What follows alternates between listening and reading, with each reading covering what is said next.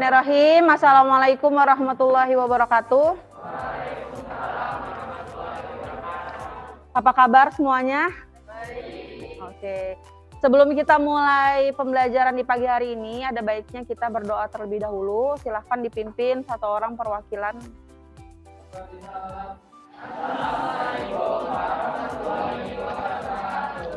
Waalaikumsalam warahmatullahi wabarakatuh. Ibu absen dulu ya. Danang Islami, oke. Zakwat Iqbar, ada. Fahmalina Alvita, oke. Fatahila Mabia. Hari ini kita akan masuk ke materi tentang demokrasi terpimpin, ya. Seperti yang sudah disampaikan sebelumnya bahwa sejarah perjalanan bangsa Indonesia itu panjang, kemudian kita kemarin sudah membahas tentang sejarah demokrasi demokrasi parlementer atau liberal. Nah, maka hari ini kita akan membahas tentang masa demokrasi terpimpin. Hari ini kita akan membahas tentang kebijakan politiknya. Nanti pertemuan berikutnya ada pembahasan tentang ekonomi. Kurang lebihnya kita akan mempelajari tentang latar belakang terbentuknya sistem demokrasi terpimpin seperti yang sudah bisa dilihat di depan ya. Kemudian juga kita akan mempelajari mengetahui ciri-ciri kehidupan pemerintahan masa demokrasi terpimpin. Mungkin ada yang bisa tahu dari gambar ini? Kalau dikaitkan dengan materi sebelumnya di masa demokrasi parlementer.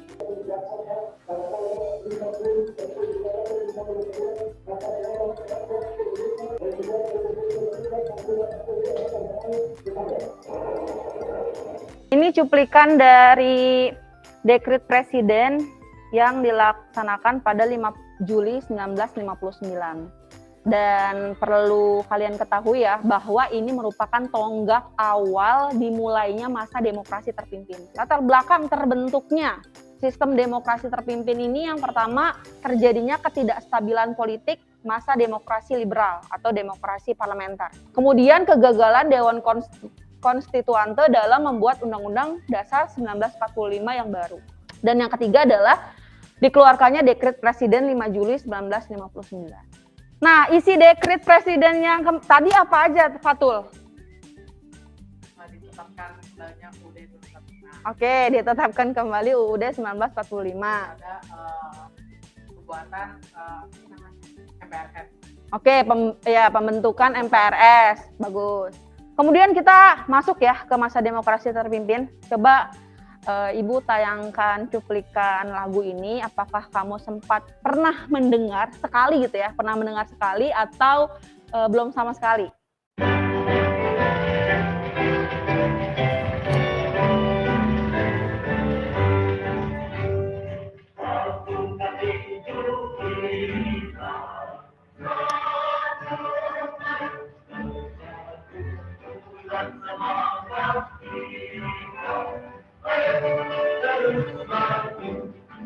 Nah, ini adalah salah satu lagu yang ada di masa demokrasi terpimpin terkait ajaran atau gagasan yang diajarkan oleh Presiden Soekarno. Ciri-ciri masa demokrasi terpimpin apa saja? Ciri-ciri yang paling menonjol dari demokrasi terpimpin adalah adanya sentralisasi kekuasaan. Jadi kalau sentralisasi kekuasaan yang sentral kekuasaannya siapa, Habib?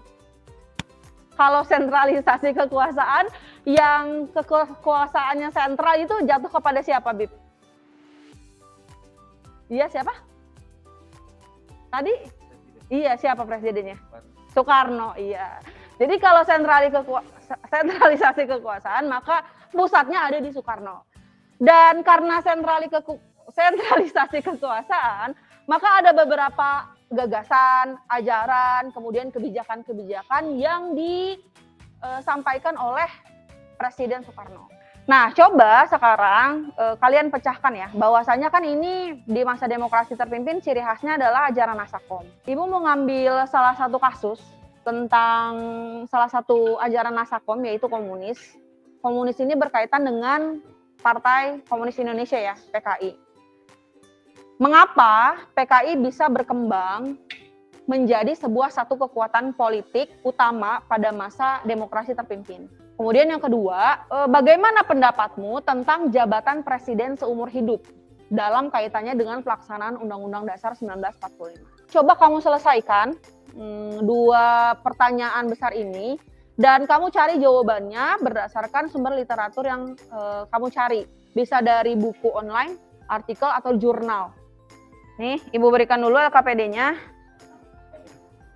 Dioper aja ya. Ke sana. Ke belakang. Ada lagi? Ada petunjuk LKPD-nya ya, silakan dibaca petunjuk LKPD-nya. Kemudian di sana ada kolom untuk menjawab dua pertanyaan tersebut. Kamu tulis jawabannya di situ dan sumber literaturnya juga ditulis.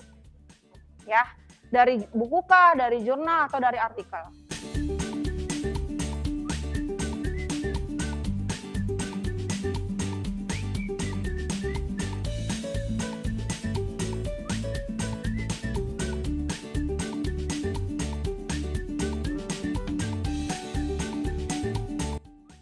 Kelompok 5 ya.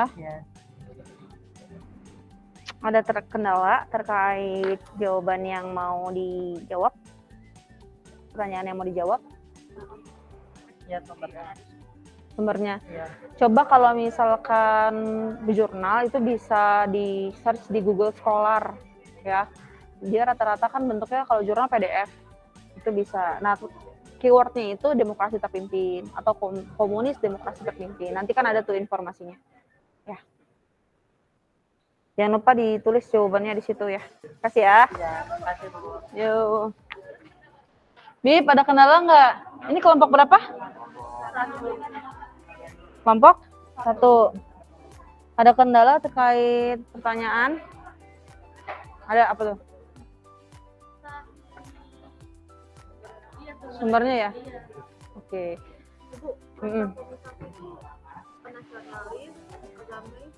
Nasakom, iya nasional. Ada Komisasi. Oh, Nasakom kali. Adanya mana Nasakom? Nasionalisme, agama, dan komunisme. Iya itu. Search coba ya di Google Scholar, jurnal, artikel itu biasanya bisa di search di Google Scholar. Bentuknya PDF gitu.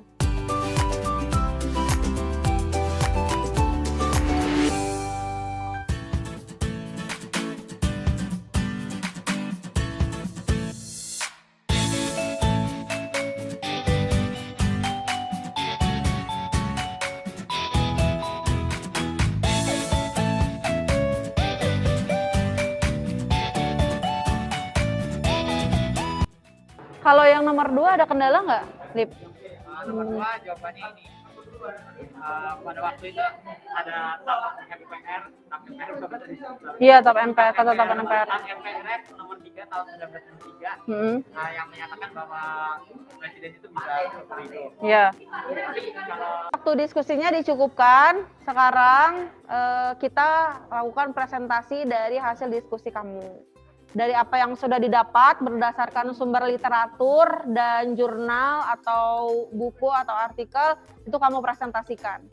Jawab dua pertanyaan tersebut. Dan kalau ada yang mau ditanyakan silahkan disampaikan, gitu ya. Ibu tunjuk untuk penampil presentasinya dari kelompok 2 yang pertama, silahkan. Kami dari kelompok 2 akan mempresentasikan jawaban kami untuk 2 soal yang sebelumnya sudah diberikan. Pertanyaan pertama. Mengapa PKI dapat menjadi salah satu partai besar dan mempunyai kekuatan besar pada masa demokrasi terpimpin? Kebesaran PKI yang mencapai puncak pada masa demokrasi terpimpin tidak terlepas dari sejarah PKI sendiri. Sejak didirikan pada tahun 1920, PKI secara ideologi memang anti-imperialisme dan anti-bourgeoisme yang biasanya diduduki oleh kalangan elit masyarakat. Di sini, PKI menempatkan dirinya sebagai pihak yang memperjuangkan kepentingan dan aspirasi kaum proletar.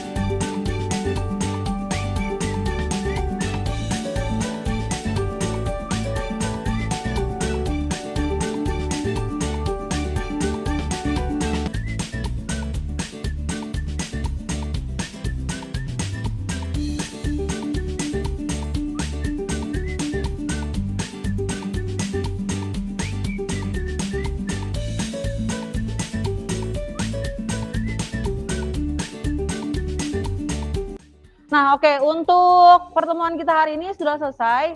Kita ada evaluasi harian. Ibu sudah mengirimkan Google Form yang ada di grup. Silahkan kamu akses Google Form-nya dan dikerjakan. Soalnya ada 5, ya, multiple choice. Nanti dikerjakan pilihan gandanya.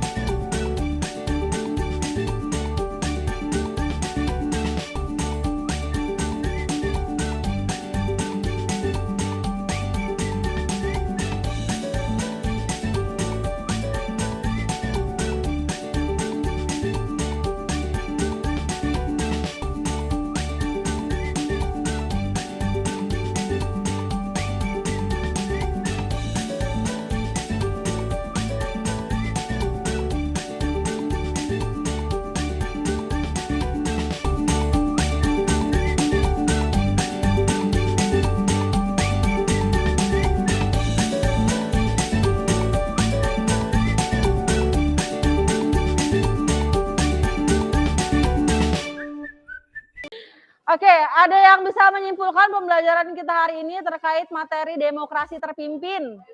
Ya, Najib, oke Jib, silakan Jib.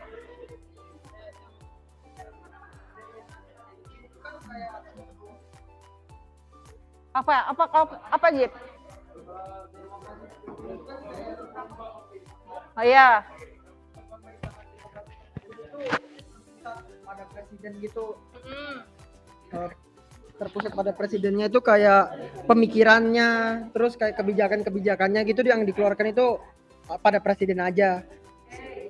Sama orang-orang yang nggak setuju itu ngelihatnya kayak pemerintahan demokrasi terpimpin itu kayak otoriter gitu. Salah satu faktornya itu mungkin juga karena pengangkatan presiden seumur hidup. Sama salah satu mungkin karakteristik dari demokrasi terpimpin itu kayak kurangnya human right gitu.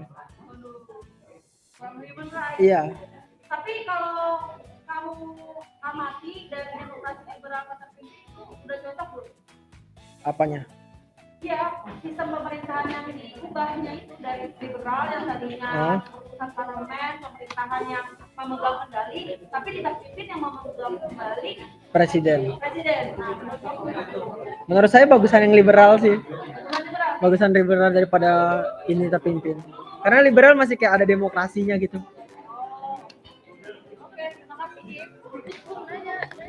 Oke, Najib, terima kasih ya Jip. Tepuk tangan untuk kita semua ya.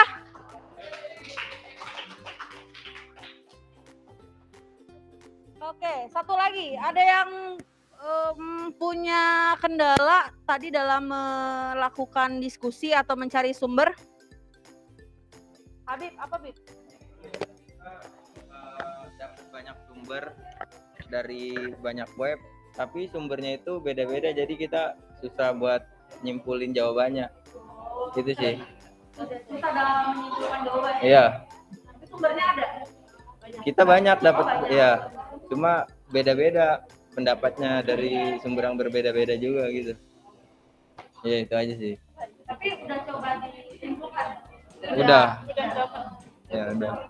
Kan bareng kan kerja sama ya. Iya, berdiskusi. Lihat aja ya, Bib. Oke, terima kasih 12 IPA 1. Ingat ya, pekan depan kita akan masuk ke materi baru terkait kebijakan politik luar negeri yang tadi sempat disinggung oleh kelompoknya Alif tentang pembebasan Irian Barat dan konfrontasi Malaysia, kemudian juga kebijakan ekonomi di masa demokrasi terpimpin. Pembelajaran kita hari ini sudah selesai, Ibu cukupkan ya. Terima kasih, tetap semangat, tetap jaga kesehatan. Wassalamualaikum warahmatullahi wabarakatuh.